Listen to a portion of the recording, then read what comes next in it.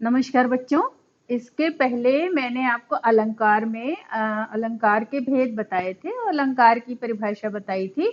तो अलंकार के भेदों में आपने शब्दालंकार के बारे में पढ़ा था और शब्दालंकार के भेदों के बारे में अनुप्रास, यमक, श्लेष इनके बारे में पढ़ा था।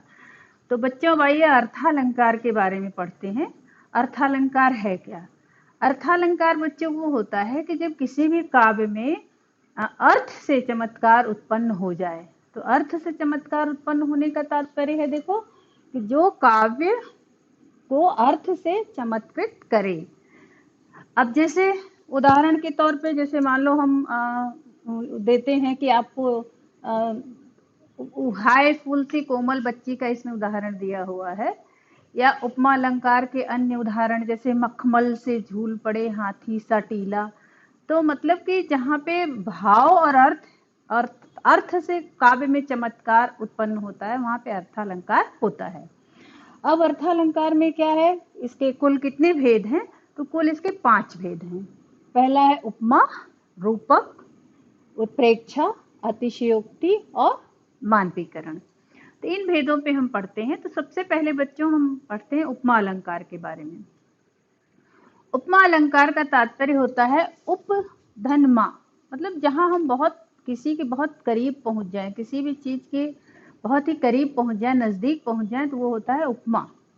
तो उपमा की परिभाषा देखिए कि उपमा का अर्थ है तुलना या समानता। दो वस्तुओं में समान धर्म की प्रवृत्ति को स्पष्ट करने को उपमा कहते हैं। अब बच्चे जैसे इसके कितने अंग हैं? कुल 4 अंग हैं। 4 अंग हैं उपमेय, उपमान, साधारण धर्म और वाचक। तो इनके बारे में पहले हम जान लेते हैं कि ये है क्या। तो बच्चे एक उदाहरण हम लेते हैं, उसी के हर अंग पे हम चर्चा करते हैं। और इसके पूर्व मैं बच्चों को एक चीज और बता देना चाहती हूँ आपको कि उपमा अलंकार में एक तो पूर्णोपमा अलंकार होता है और दूसरा लुप्तोपमा अलंकार होता है। पूर्णोपमा में जो पूरे 4 अंग हैं उपमा अलंकार के, वो 4 अंग मौजूद रहते हैं, और लुप्तोपमा में कोई एक अंग उसका लुप्त रहता है। तो प्रायः वाचक या साधारण धर्म लुप्त रहता है। तो लेकिन 2 पक्ष रहने पर भी उपमा अलंकार होता है, दिखता है आपको। मैं पहचान आपको समझ में आ जाएगा कि उपमा अलंकार है। तो बच्चे उदाहरण है, हाय फूल सी कोमल बच्ची हुई राख की ढेरी सी। मतलब हाय फूल सी कोमल बच्ची, ये कोमल बच्ची के बारे में बताया जा रहा है जो फूल के समान है, कोमल है। और वह जब उसको जब अग्नि में जला दिया गया तो वो राख की ढेरी बन गई। तो उसी के को मतलब इस अलंकार में, इस काव्य में वर्णन किया गया है। तो अब बच्चे इसमें देखते हैं कि उपमेय क्या है, उपमान क्या है, साधारण धर्म क्या है और वाचक क्या है। तो बच्चे इसमें उपमेय जो होता है वो क्या होता है? विशेष्य होता है। विशेष यानी जो करता है, या संज्ञा भी हो सकता है, शब्द सर्वनाम शब्द भी हो सकता है। तो जैसे विशेष और विशेषण आप समझते होंगे, जैसे मान लो अच्छा छात्र है, तो अच्छा छात्र में अच्छा विशेषण हो गया और छात्र जो है विशेष्य हो गया। तो अब इसमें क्या है कि वे शब्द जिनकी उपमा दी जाती है, जैसे बच्ची। अब बच्ची की उपमा दी जा रही है कि बच्ची क्या है? विशेष्य है। और किससे दी जा रही है? वो क्या होगा? विशेषण। तो किससे दी जा रही है? तो उपमान। वे शब्द जिसके द्वारा उपमा की जाती है, जैसे फूल, फूल से उपमा दी जा रही है। देखो हाय फूल सी, अब इसमें सी लगाया है, मतलब फूल के समान कोमल, फूल के समान कोमल बच्ची। तो उपमान क्या हो गया? फूल, और ये क्या है? विशेषण है। तो विशेषण और विशेष्य ही उपमेय और उपमान होते हैं। अब बच्चे आगे हैं साधारण धर्म। साधारण धर्म का कार्य क्या है कि जो 2 उपमेय और उपमान के कारण जो एक भाव प्रस्तुत होता है, जैसे मान लो किसी युवती के सौंदर्य का वर्णन हो रहा है, चांद सा मुख। तो यदि हम चांद सा मुख कहते हैं तो उससे सुंदरता के भाव की अभिव्यक्ति हो रही है। तो जो सुंदरता आएगा, सुंदर शब्द जो आएगा, चांद सा सुंदर मुख, सुंदर शब्द जो क्या होगा? वो साधारण धर्म होगा। तो साधारण धर्म का काम होता है कि उस पद के जो भाव निकल रहा है, चाहे वो सुंदरता का भाव भी हो सकता है, क्रूरता का भी भाव हो सकता है, जो निकल रहा उसे बताना साधारण धर्म का काम ये है। बच्चों, अगला है वाचक। वाचक शब्द क्या होता है? वाचक शब्द एक तरह से ये पहचान सूचक अव्यय होते हैं। पहचान सूचक अव्यय मतलब अगर किसी भी चीज को हमें पहचानना है, उपमा अलंकार को हमें पहचानना है, तो इन्हीं के माध्यम से हम पहचान सकते हैं। पहचानने के अंग क्या हैं? जैसे सी है, सा है, सरिस है, सम है, समान है, ज्यों है। अगर ये सारी चीजें तुम्हें आपको काव्य में दिख जा रही हैं तो समझ लो वो उपमा अलंकार है। अब जैसे वाचक शब्द की परिभाषा क्या हो सकती है कि जिन शब्दों की सहायता से उपमेय और उपमान में समानता प्रकट की जाती है, मतलब उपमेय और उपमान को समान दिखाया जा रहा है जिन शब्दों के माध्यम से, तो वो क्या होते हैं? वाचक शब्द। बच्चों, सबसे आसान तरीका आपको उपमा अलंकार पहचानने के लिए, सबसे पहला काम करिए आप, कोई भी काव्य पंक्ति आपके सामने आती है तो आप उसमें देखिए कहीं सा, से, सी, सम, सरिस है, यदि है तो वो आपका पक्का उपमा अलंकार है। तो इस तरह से आप पहचान लेंगे। कुछ एक दो और उदाहरणों पर भी हम लोग चर्चा कर लेते हैं। जैसे इस उदाहरण देखो, प्रातः नभ था बहुत गीला शंख जैसे। अब यहाँ ऐसे प्रातःकालीन दृश्य का वर्णन हो रहा है कि वो कवि का कथन है कि जो प्रातः काल है वैसा लग रहा है कि जैसे नीला शंख जो है गीला शंख हो। मतलब सुबह का, प्रातः काल के सुबह का श्वेत दृश्य कवि को दिख रहा है और उसे गीले शंख के समान बता रहा है। गीला शंख क्यों? जो चारों तरफ, जैसे शंख सफेद है उसके ऊपर गिरी हुई पानी की बूंदें ऐसी लग रही हैं कि जैसे प्रकृति में चारों तरफ ओस की बूंदें गिरी हुई हों। तो कवि ने इस प्रकार कल्पना की है। दूसरा है पीपर पात सरिस मन डोला। पीपर पात मतलब पीपल के पत्ते के समान। देखो सम पीपर पात सरिस मन डोला।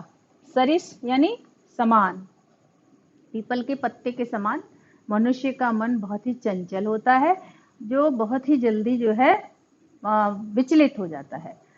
ठीक उसी प्रकार जैसे पीपल के विशाल वृक्ष में पत्तों की खासियत ये होती है कि जरा सी भी हवा चलती है तो पत्ते हिलने लगते हैं, और जब इतने विशाल वृक्ष के पत्ते हिलते हैं तो क्या होता है, सारे वृक्ष की से एक बहुत अच्छी हवा निकल जो है चारों तरफ प्रवाहित होने लगती है।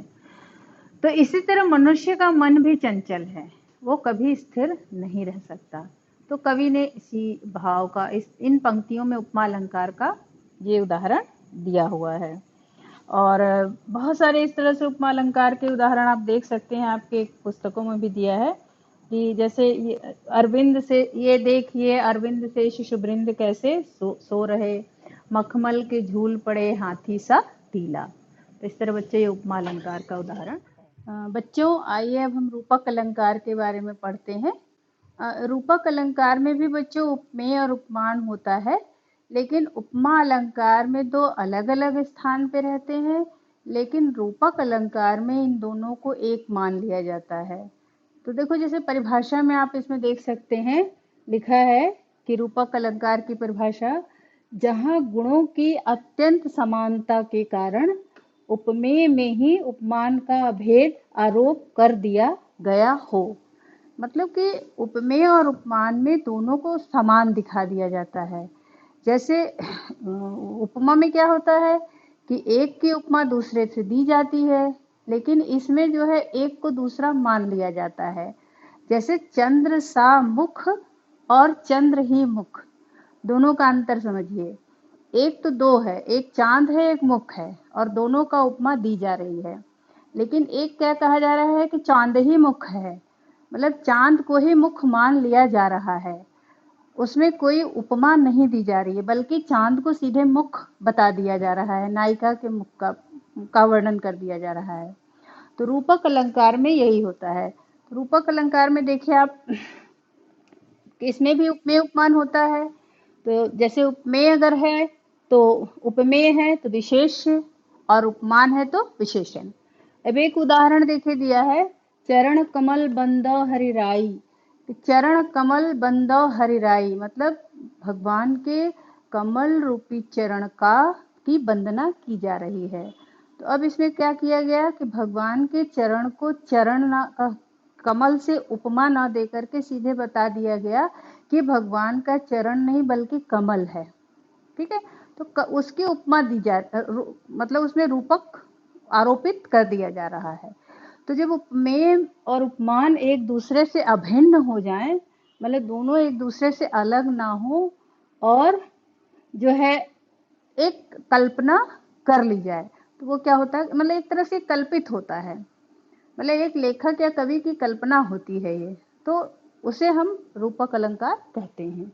अब जैसे उदाहरण, एक और उदाहरण देखिए, मैया मैं तो चंद्र खिलौना ले हूं, मतलब कि चांद रूपी खिलौना, चांद जैसा खिलौना नहीं, चांद ही खिलौना, मतलब चांद को ही खिलौने के रूप में श्री कृष्ण लेना चाह रहे हैं। तो चांद ही खिलौना है, मतलब चांद रूपी खिलौना। बच्चों, इसमें पहचानने के लिए सबसे आसान तरीका है कि आप रूपी शब्द का, इसमें जब आप अलंकार को जब पहचानने का प्रारंभ करोगे, अलंकार को पहचानना शुरू करोगे, तो उसमें रूपी शब्द आएगा। तो रूपी शब्द जहाँ आता है वो रूपक अलंकार होता है।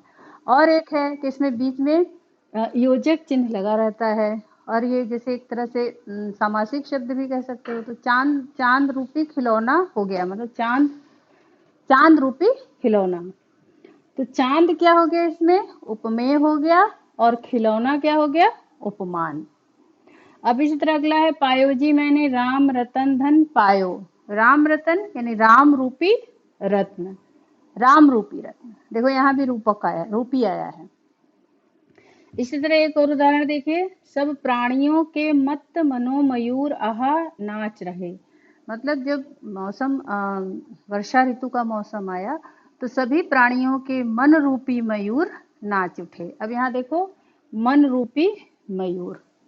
बच्चों, एक और अच्छा सा उदाहरण है रूपक अलंकार का। इसमें कई एक ही कविता में कविता की पंक्तियों में कई रूपक अलंकार हैं। जैसे देखो, बीती विभावरी जागरी, अंबर पनघट में डुबो रही, तारा घट उषा नागरी।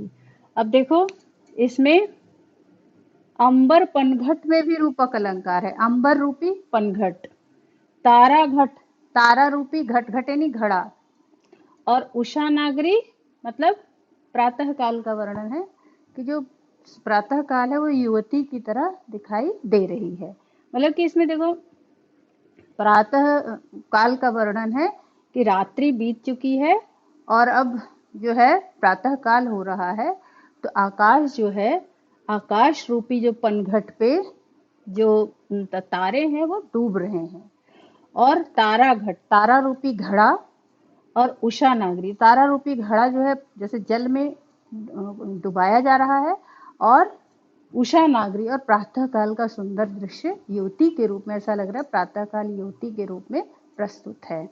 तो इस तरह बच्चों, इसमें रूपक अलंकार के देखो, अंबर पनघट में भी है अंबर रूपी पनघट, तारा रूपी घट, और उषा रूपी नागरी में भी रूपक अलंकार है।